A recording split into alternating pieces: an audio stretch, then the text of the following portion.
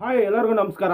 ಇವತ್ತು ಏನು ಟಾಪಿಕ್ ಇಲ್ಲ, ಹಾಗೆ ಒಂದು ನಾರ್ಮಲ್ ವಿಡಿಯೋ ಮಾಡೋಣ ಅಂತಾನೆ. ಸೊ ಎಲ್ಲ ನಮ್ಮ ಯೂಟ್ಯೂಬರ್ಗೋಸ್ಕರ ವಿಡಿಯೋ ಮಾಡ್ತಾ ಇರೋದು ಇದು. ಏನಂದರೆ ಎಲ್ಲರೂ ಏನು ಗೊತ್ತಾ, 1000 ಆಗಿರೋರು ಮತ್ತು 1000, 2000, 3000 ಆಗಿರೋರೆಲ್ಲ ಅವರು ಕಾನ್ಫಿಡೆನ್ಸ್ನ ಕಳ್ಕೊತಾ ಇದ್ದಾರೆ. ಏನಕ್ಕೆ ಕಳ್ಕೊತಾ ಇದ್ದಾರೆ ಗೊತ್ತಿಲ್ಲ. ಸೊ ನಾನು 500 ಅಷ್ಟೇ, 500 ಚಿಲ್ಲರೆ ಏನೋ ಇದೆ, ಆದರೂ ಕಾನ್ಫಿಡೆನ್ಸ್ ಅಷ್ಟಿದೆ. ಯಾಕೆ ಹೇಳಿ? ನಾನು ಗೆಲ್ತೀನಂತ ನನ್ನ ಮೇಲೆ ತುಂಬ ಕಾನ್ಫಿಡೆನ್ಸ್ ಇದೆ. ಅದೇ ಥರ ಓವರ್ ಕಾನ್ಫಿಡೆನ್ಸ್ ಅಲ್ಲ, ಸೊ ಕಾನ್ಫಿಡೆನ್ಸ್. ಅದೇ ಥರ ನೀವು ಕಾನ್ಫಿಡೆನ್ಸ್ ನಿಮ್ಮನ್ನ ಇಟ್ಕೊಳ್ಳಿ. ನೀವೇನು ಮಾಡ್ತೀರೋ ಗೊತ್ತಾ, ವಾಚ್ ಅವರ್ ಜಾಸ್ತಿ ಬಂದಾಗ ಫುಲ್ ಖುಷಿ ಆಗಿಬಿಡ್ತಾರ, ಕಮ್ಮಿ ಬಂದಾಗ ಮಾತ್ರ ಫುಲ್ ದುಃಖವಾಗಿ ಏನೋ ಕಳೆದೋಗಿರೋ ಥರ ಯೂಟ್ಯೂಬ್ ಚಾನಲಲ್ಲಿ ಮಾತಾಡ್ತೀರ. ಕೆಲವರು ಲೈವಲ್ಲಿ ನಾನು ನೋಡಿದ್ದೀನಿ. ಸೊ ಬರಲಿ ಬಿಡಲಿ ರೀ, ನಾವು ಮಾಡೋ ಕೆಲಸ ಮಾಡ್ತಾ ಇರಬೇಕು, ಆವಾಗಲೇ ನಮಗೆ ಸಕ್ಸಸ್ ಸಿಗೋದು. ನೀವೇನು ಮಾಡ್ತೀರೋ ಗೊತ್ತಾ, ತುಂಬ ಜನ ಹೋಪ್ನ ಕಳ್ಕೊಂಬಿಟ್ಟಿದ್ದಾರೆ. ತುಂಬ ಜನ ನಾನು ನೋಡಿದ್ದೀನಿ ಲೈವಲ್ಲಿ. ಸೊ 1000 ಆದರೂ ಏನು ಚಿಂತೆ ಅಂದರೆ ವಾಚ್ ಅವರ್ ಚಿಂತೆ.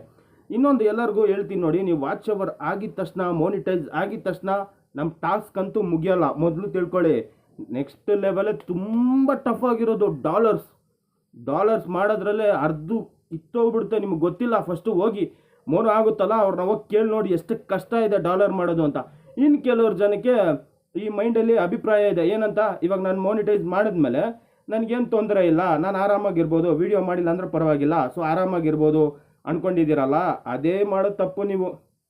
ಯಾಕೆ ಈ ಥರ ಹೇಳ್ತೀನಂದರೆ, ಇವಾಗ ನಿಮ್ಮದು ಮೋನಿಟೈಸ್ ಆಯಿತು ಅಂದ್ಕೊಳ್ಳಿ, ಸೊ ಡಾಲರ್ ಲೆಕ್ಕ ಮಾಡ್ತಾರೆ ಯೂಟ್ಯೂಬ್ ಅವರು. ಆ ಡಾಲರ್ ಬರ್ತಾ ಇರುತ್ತೆ, ನೀವು ಕೆಲಸ ಮಾಡ್ತಾ ಇದ್ರೆ ಬರ್ತಾ ಇರುತ್ತೆ ಅಂದ್ಕೊಳ್ಳಿ. ಸೊ ನೀವು ಕೆಲಸ ಮಾಡಿದೆ 1 ತಿಂಗಳು 2 ತಿಂಗಳು ನಿಲ್ಲಿಸ್ಬಿಟ್ರಿ ಅಂದ್ಕೊಳ್ಳಿ, ಇರೋ ಡಾಲರ್ನ ಮೈನಸ್ ಮಾಡ್ಕೊಂಬರ್ತಾರೆ.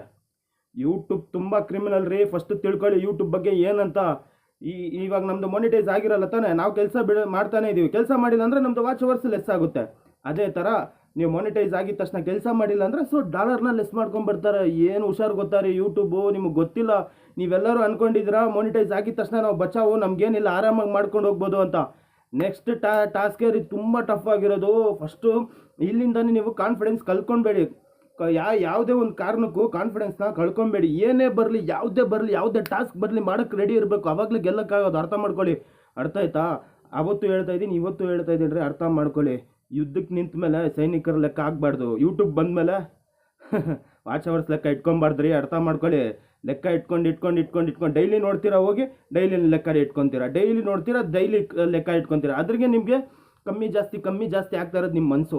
ಇವತ್ತು ಎಷ್ಟು ಬಂತು, ಇವತ್ತು ಎಷ್ಟಾಯಿತು ಅಂತ ಇದು ನೋಡಿನೇ ನೀವು ತಲೆ ಕೆಟ್ಟೋಗ್ಬಿಡ್ತಿದೆ ನಿಮಗೆ.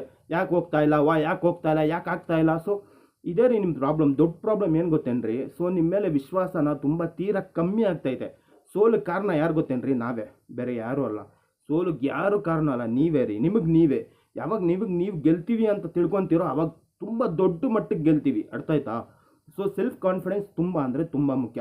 ಯಾರೋ ಬಂದು ನಮಗೆ ಸಹಾಯ ಮಾಡ್ತಾರೆ, ಯಾರೋ ಬಂದು ಹೇಳ್ಕೊಡ್ತಾರೆ, ಈ ಕಷ್ಟ ಅಂತ ಬಂದಾಗ ಇವ್ರು ಬರ್ತಾರೆ ಅವ್ರು ಬರ್ತಾರೆ ಅಂತ ನಂಬ್ಕೊಂಡಿರಬೇಡಿ. ನಾನು ಸೇರಿಸಿ ಹೇಳ್ತೀನಿ, ನನ್ನ ಕಷ್ಟ ಬಂದಾಗ ನಾನು ಮಾತ್ರ ನೋಡ್ಕೊಬೇಕು, ಬೇರೆ ಯಾರು ಜೊತೆಗಿರಲ್ಲ. ಬರೀ ಫೋನ್ ಮಾಡಿ ಹೇಳ್ಬೋದು ಹಿಂಗೆ ಮಾಡು ಹಂಗೆ ಮಾಡು ಅಂತ.